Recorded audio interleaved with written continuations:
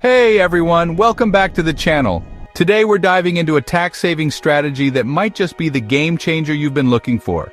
If you're a real estate investor or thinking about becoming one, you're probably asking yourself, can rental properties actually help lower my ordinary income?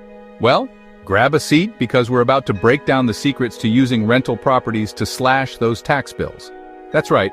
We're talking about how you can use rentals to lower your taxable income, and yes, this applies to ordinary income.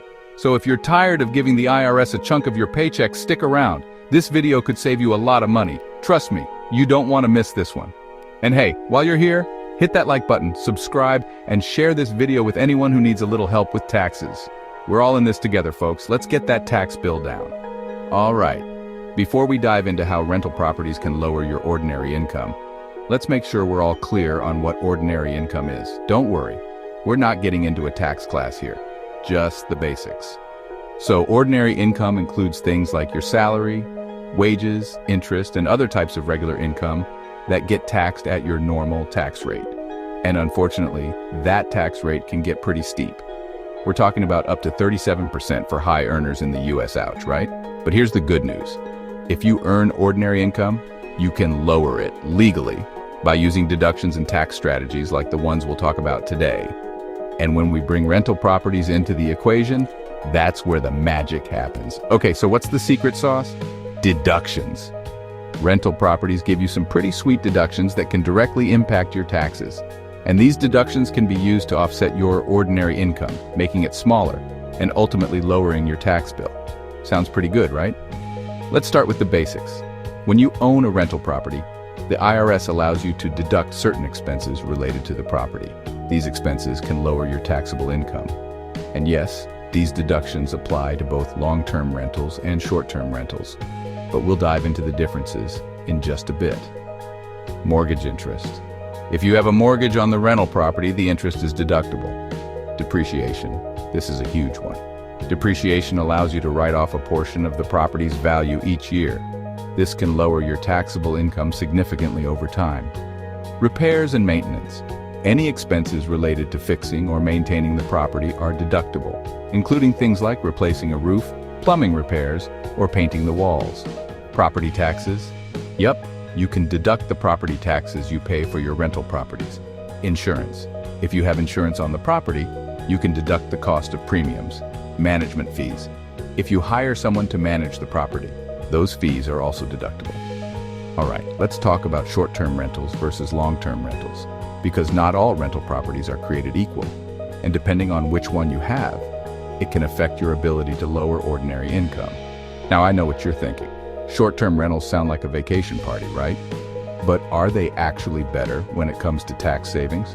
Well, both types of rentals, long-term and short-term, can help lower your ordinary income through deductions, but the way you run them could make a difference. Short-term rentals might get a little more complicated because they can be considered a business activity by the IRS. And when your rental turns into a business, there are some additional rules that you need to be aware of.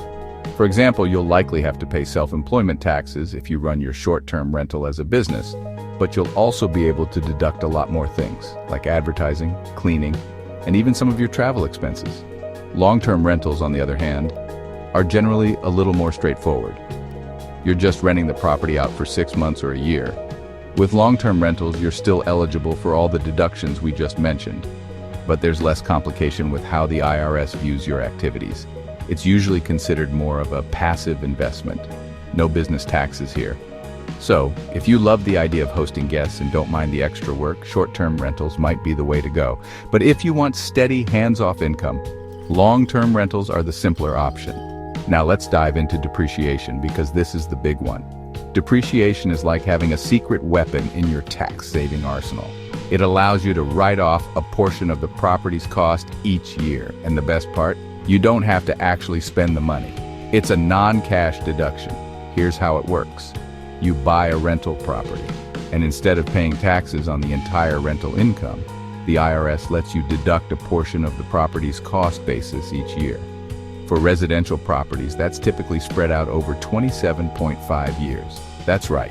You can deduct a part of the property's value every year, lowering your taxable income without even touching your wallet. Think of it this way. You buy a property for $200,000. Over 27.5 years, you can deduct about $7,272 per year in depreciation. That means you're paying taxes on $7,272 less of income each year, and that can add up quickly. This is huge for investors. Depreciation can often result in little to no tax on the rental income. And when you combine that with the other deductions, like mortgage, interest, and property taxes, you can really reduce your overall taxable income.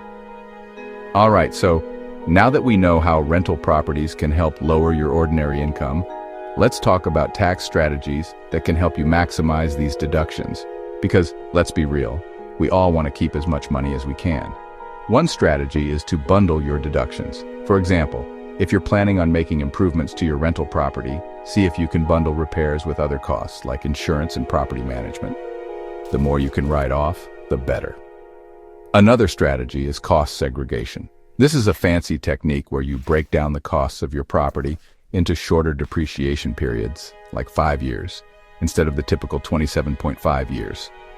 This can be useful for big-ticket items like appliances, roofs, or landscaping. By doing this, you can speed up depreciation and reduce your taxable income faster. So, what's the best rental property for lowering your ordinary income? The answer depends on your goals and the level of work you're willing to put in. If you're looking for passive income with less effort, long-term rentals are probably your best bet. You get the steady cash flow and great tax deductions with fewer headaches. But if you don't mind a little extra work and you want the potential for higher cash flow, short-term rentals can be a great option too.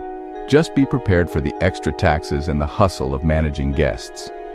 At the end of the day, both short-term and long-term rentals can be amazing tools for lowering your ordinary income and saving on taxes. It's just about finding what fits best with your goals and lifestyle. And remember, consult with a tax professional to make sure you're maximizing those deductions the right way. All right, folks, if you found this video helpful, don't forget to smash that like button. Subscribe for more tax tips and share this video with anyone you know who's thinking about jumping into the rental game. Let's get those tax bills down together. Thanks for watching, and I'll see you in the next one.